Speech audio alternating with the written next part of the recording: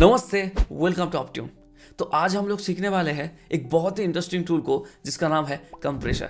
तो कंप्रेसर एक ऐसा टूल है जिसके हेल्प से हम लोग मिक्सिंग के दौरान डायनामिक रेंज को कंट्रोल करते हैं कोई सा भी ऑडियो का, या फिर कोई सा भी ऑडियो को अच्छे से बैलेंस करवाते हैं सो दैट वो ऑडियो हमारे होल ट्रैक के साथ अच्छे से बैलेंस हो जाए, अच्छे से ब्लेंड हो जाए। तो चलो स्टार्ट करते हैं आज का क्लास।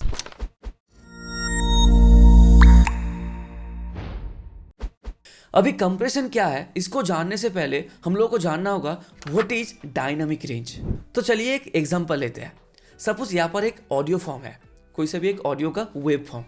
ओके, तो इसी ऑडियो फॉर्म में अगर आप गौर से देखोगे तो यहाँ पर एक लाउडेस्ट पार्ट है एंड यहाँ पर एक क्वाइटेस्ट पार्ट है। Okay, so the difference between this loudest part and this quietest part is called dynamic range.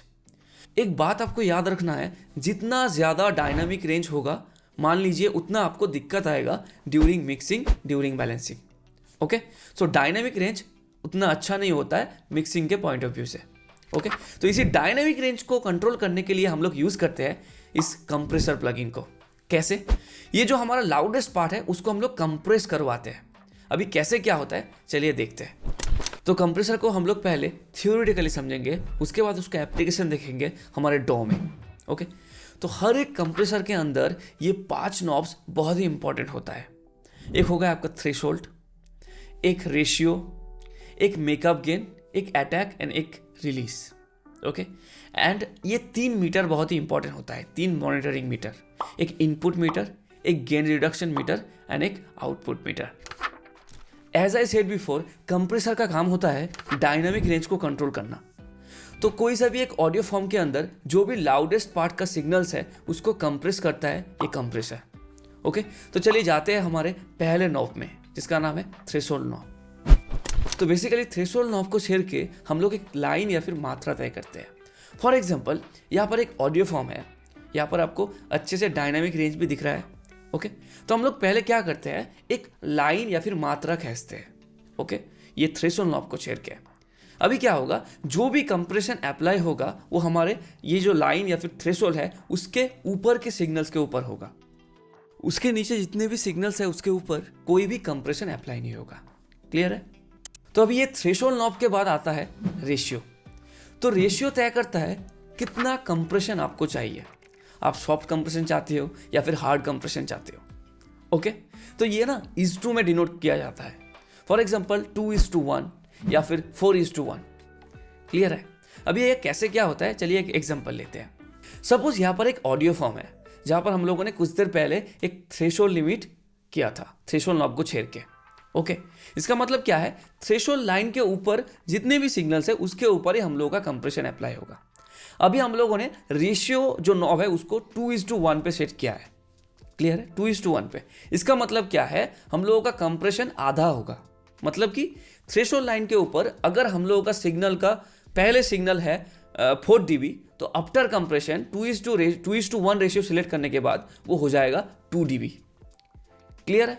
अगर हम लोगों ने 4:1 रेशियो सिलेक्ट किया था तो हम लोगों का अगर पहले dB था 4 तो वो कंप्रेस होके हो जाएगा 1 dB, 4 dB से 1 dB। क्लियर है? तो इसको हम लोग बोलते हैं रेशियो नॉब। तो रेशियो नॉब से हम लोग बेसिकली क्या करते हैं, हम लोग रेशियो नॉब को छेड़ के ये तय करते हैं कि कितना कंप्रेशन हम लोगों को चाहिए। क्लियर है? अभी आते हैं मेकअप गेन नॉब पे। मेकअप गेन बेसिकली क्या होता है, आपने थ्रेशोल्ड सेट किया, उसके बाद रेशियो सिलेक्ट किया, उसके बाद जो कंप्रेशन अप्लाई हुआ तो ओवरऑल ऑडियो में ना गेन रिडक्शन हो जाएगा। ओके, तो इस गेन रिडक्शन को जो जितना भी गेन मेरा रिडक्शन हो गया या फिर वॉल्यूम रिडक्शन हो गया, इसको नॉर्मलाइज करने के लिए हम लोग मेकअप गेन को बढ़ाते हैं। ओके, अभी ये कितना बढ़ाते हैं ये हम लोग कैसे थियोरेटिकली समझते हैं, ये जो मॉनिटरिंग मीटर्स है उसको देख के। फॉर एग्जांपल मेरा इनपुट था 4 dB। ओके, 4 dB, गौर से समझिएगा, हमारा इनपुट था 4 dB। हम लोगों ने 2:1 रेशियो सिलेक्ट किया था। ओके, 4 dB इनपुट था।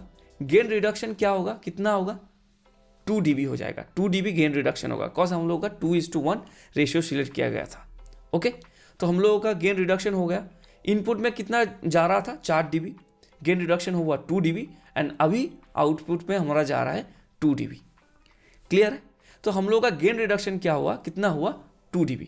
अभी हम लोग क्या करेंगे, इस 2 dB को छेड़ के, मतलब कि मेकअप गेन को छेड़ के इसको नॉर्मलाइज करेंगे। तो यही है मेकअप गेन का काम। तो बेसिकली जितना गेन हम लोगों का रिडक्शन होता है उतना गेन हम लोग मेकअप गेन में देते हैं, लेकिन प्रैक्टिकल में ये नहीं होता है। प्रैक्टिकल में हम लोग पहले सुनते हैं, उसके हमारे कानों के हिसाब से हम लोग नॉर्मलाइज करते हैं। क्लियर है? उसके बाद आता है अटैक नॉब। तो बेसिकली ये अटैक नॉब टाइम को डिनोट करता है, मतलब कि कितना समय बाद मेरा कंप्रेशन स्टार्ट होगा। फॉर एग्जांपल मेरा अटैक अगर 0 है, मतलब कि सडनली मेरा कंप्रेशन स्टार्ट होगा। ओके, अगर मेरा जो अटैक नॉब है वो 10 मिलीसेकंड है, इसका मतलब है 10 मिलीसेकंड डिले होके मेरा कंप्रेशन स्टार्ट होगा। सिमिलरली रिलीज नॉब भी सेम होता है, मतलब कि कितना समय बाद कंप्रेसर छोड़ के ऑडियो नॉर्मल में आएगा। अगर मेरा रिलीज 0 है, मतलब कि इंस्टेंट मेरा ऑडियो कंप्रेसर हो जाने के बाद नॉर्मल में आ गया। अगर थोड़ा डिले करके रखा है हम लोगों ने, तो वो थोड़ा डिले होके रिलीज होगा। क्लियर है? तो इसको हम लोग प्रैक्टिकल में देखते हैं, उसके बाद हम लोग अच्छे से समझ पाएंगे। ओके, तो ये है हमारा FL Studio का इंटरफेस। अभी हम लोगों ने यहाँ पर एक 808 लिया है। ओके, तो पहले हम लोग 808 या फिर किक के ऊपर हम लोग कंप्रेशन को समझेंगे, बिकॉज कंप्रेशन हम लोग किक के ऊपर ही अच्छे से समझ पाएंगे। ओके, उसके बाद हम लोग इसको वोकल्स के ऊपर भी अप्लाई करेंगे और अच्छे से प्रैक्टिकली समझेंगे। ओके, तो चलो स्टार्ट करते हैं।